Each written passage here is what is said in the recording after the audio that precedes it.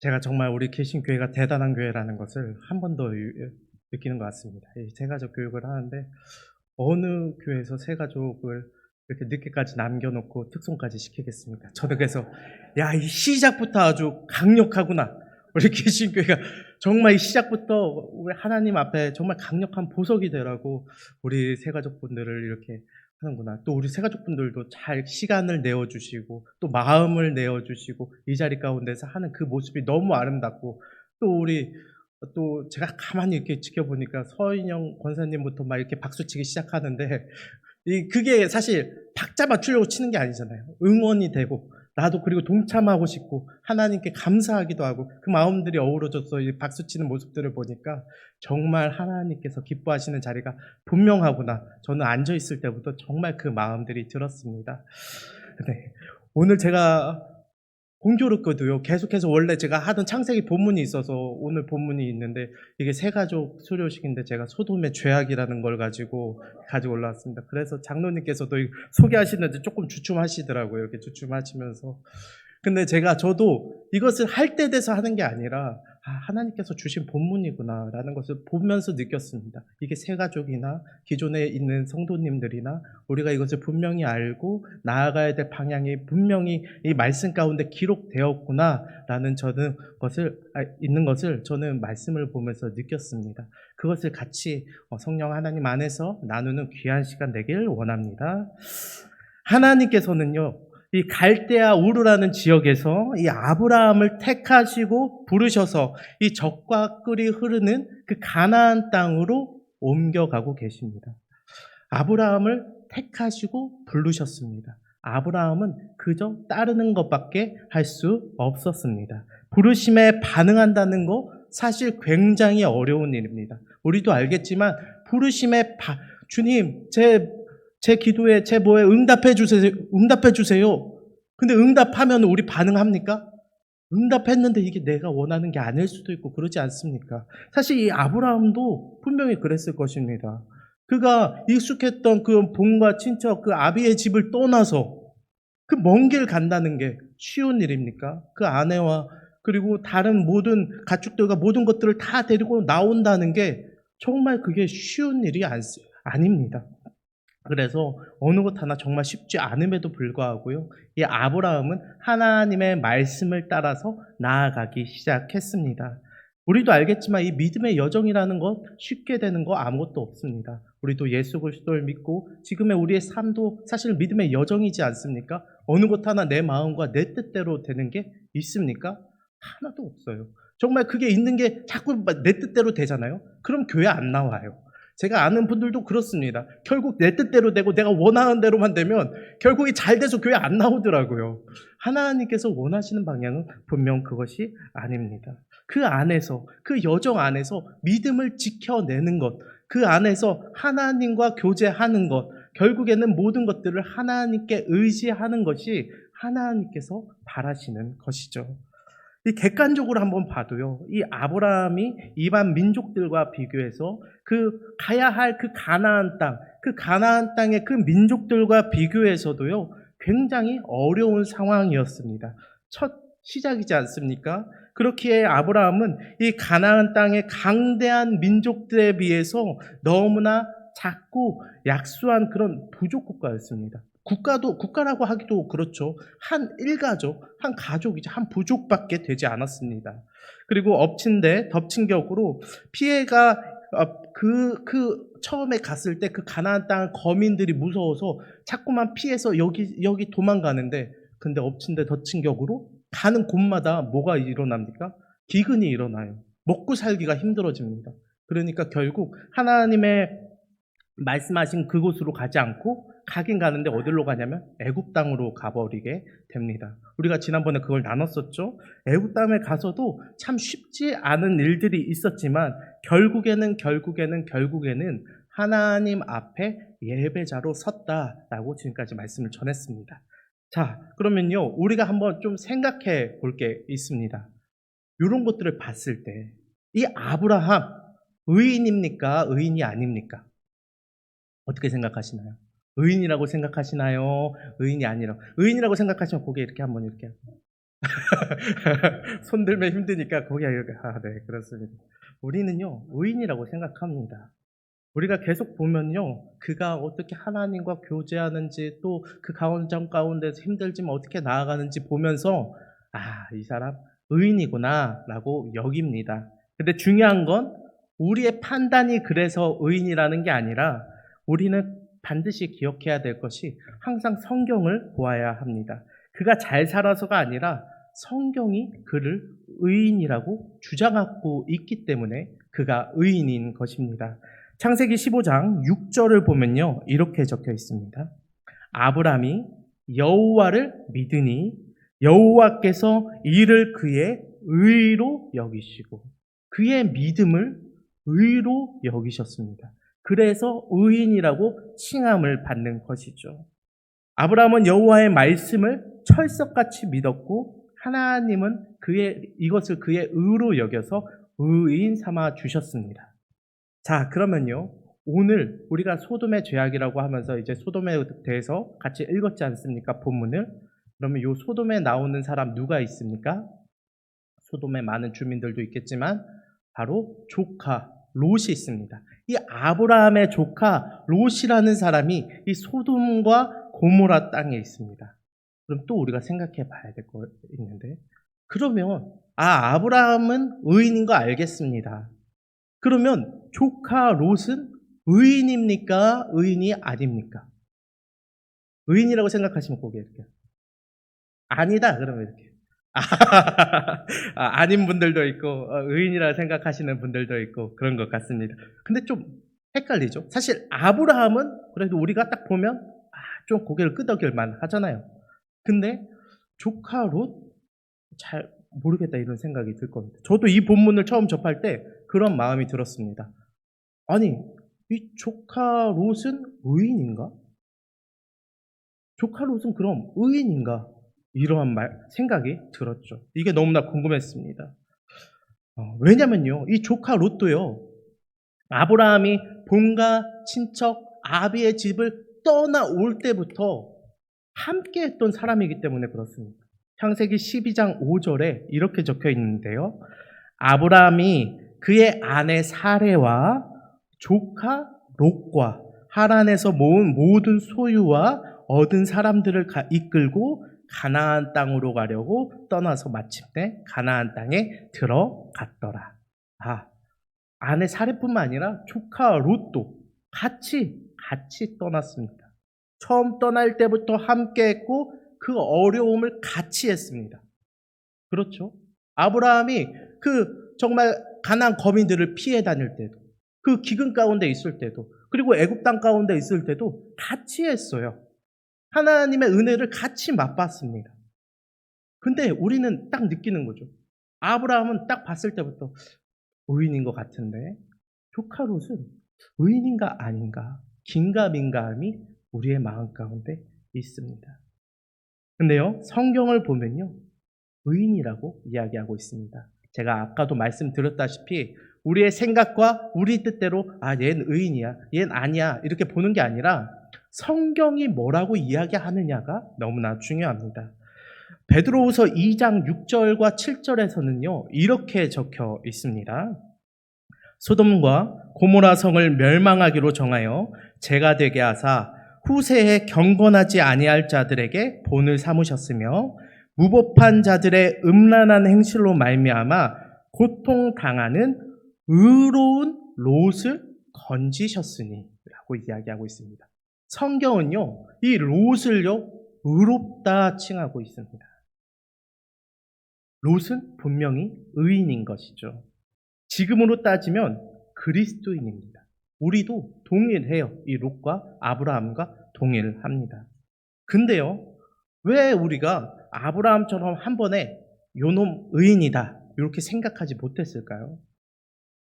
아브라함과 똑같이 나와서 똑같은 어려움을 겪었고 똑같은 하나님의 은혜를 맛봤는데 왜 롯은 의인이라고 우리가 팍 생각이 들지 않느냐라는 것이죠. 다들 저랑 똑같은 생각을 할 것이라 믿습니다. 저는 이렇게 생각했습니다. 의인처럼 보이지가 않으니까. 전혀 그가 하는 모든 것들이 의인처럼 보이지가 않으니까 제가 의인으로 볼 수가 없었던 것입니다. 그렇죠?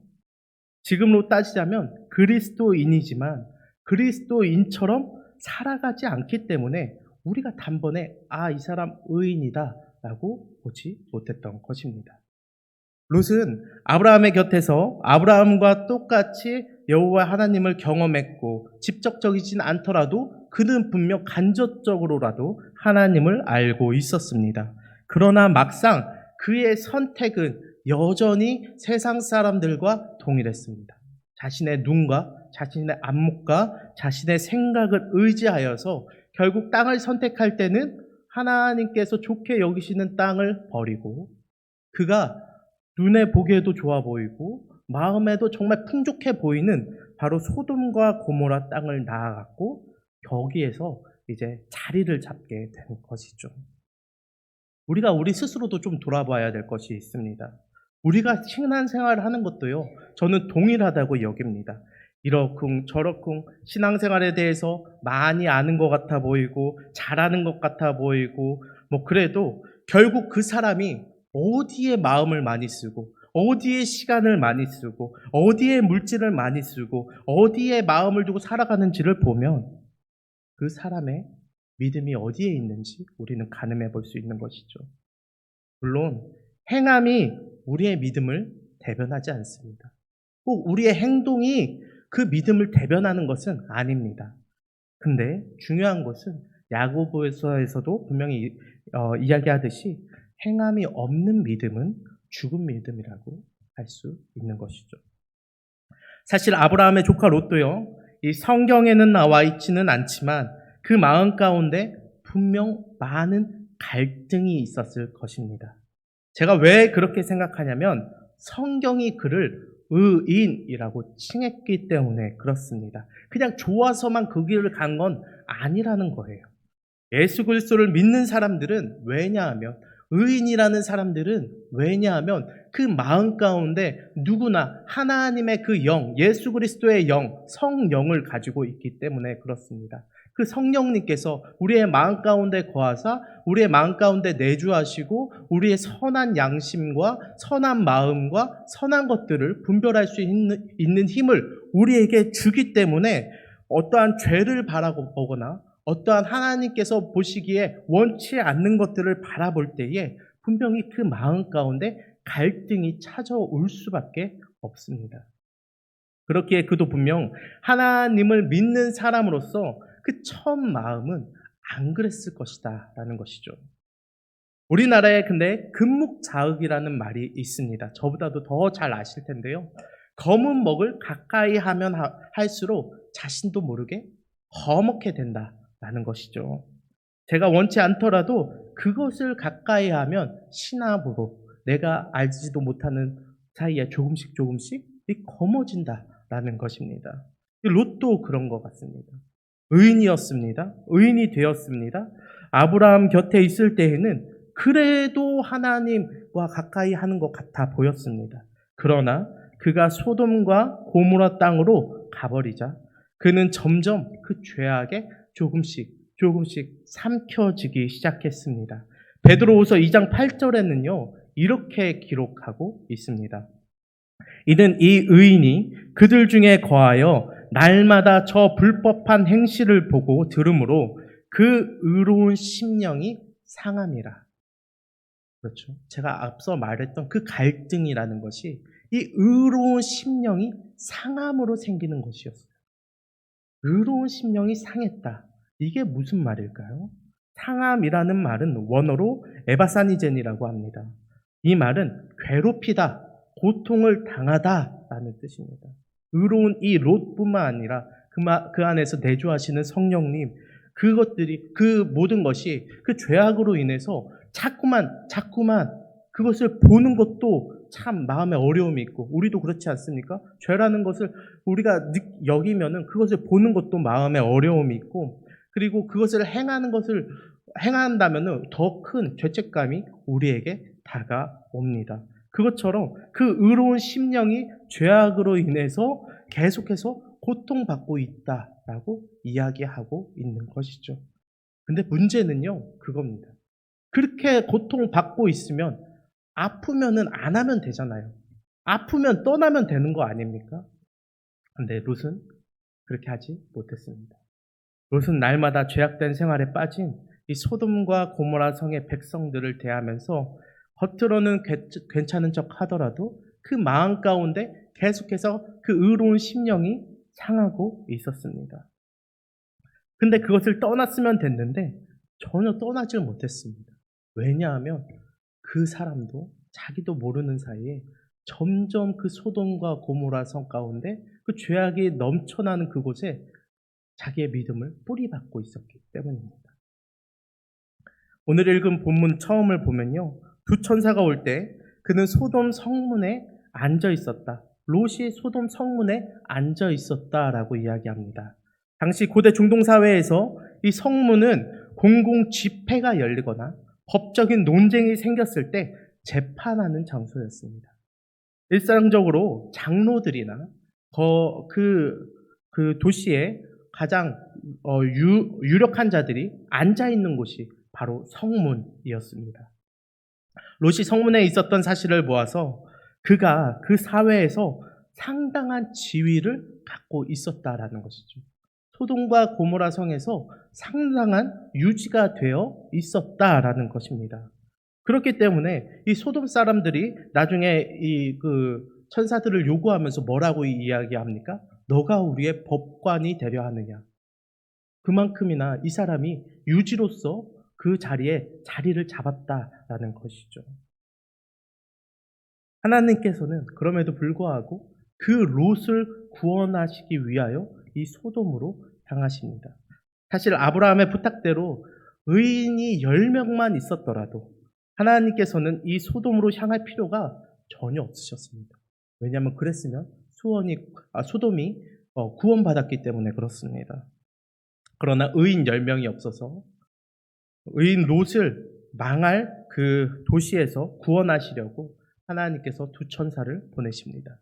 그들은 분명 하나님께서 보낸 자들이었습니다. 하나님께서 이 일들을 행하고 계셨고 이 일들을 속히 진행하고 계셨죠.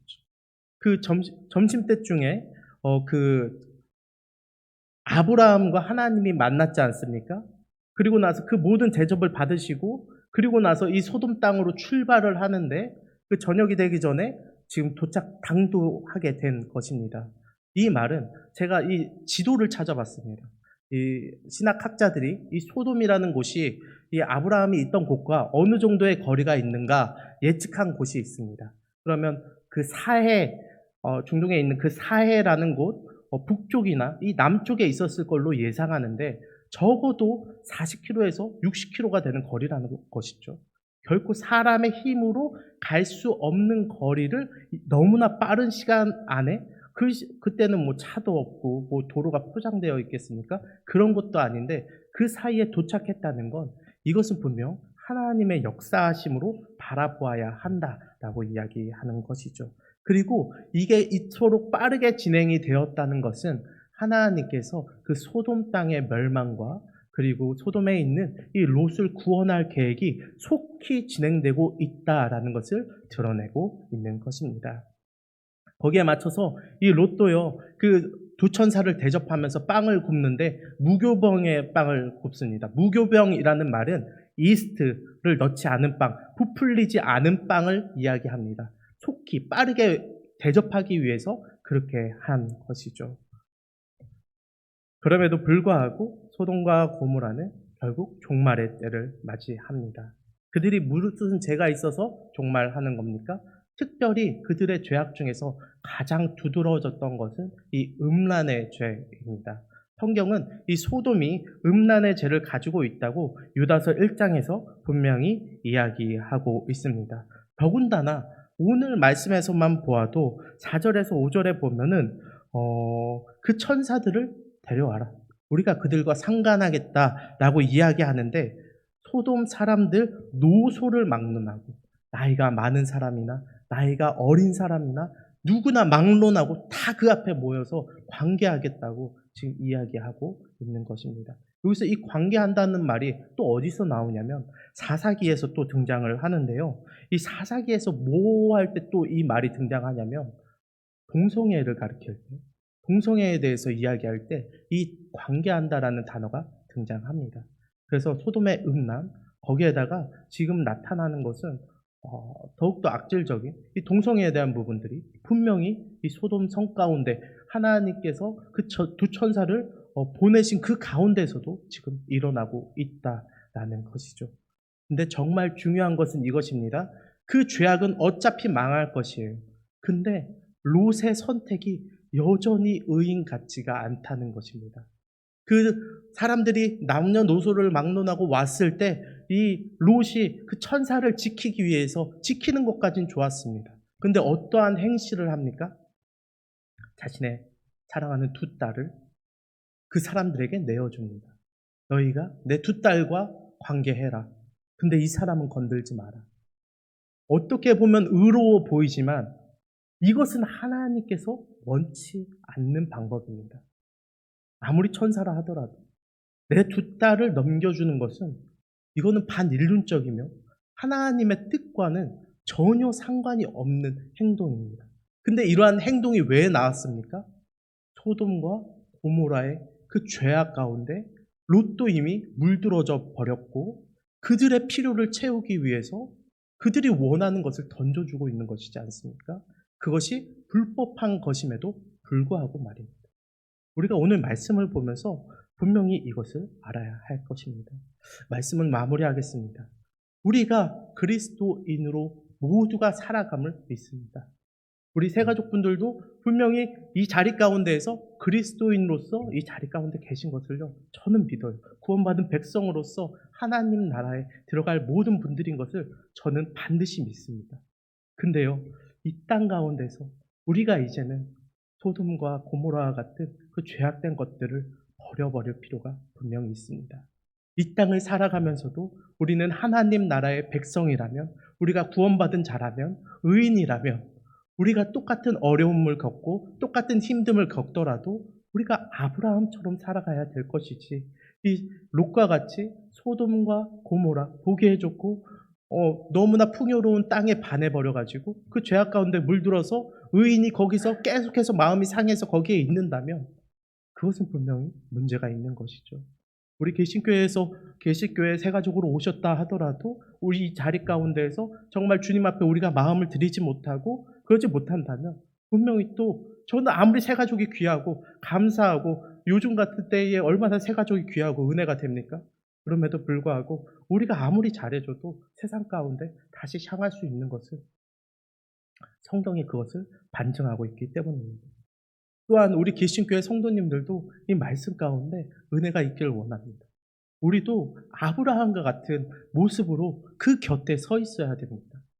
이 교회, 우리 새로 오신 분들이 좌우를 쳐다보고 자신의 어려움들을 통하여서 이걸 어떻게 해야 되지?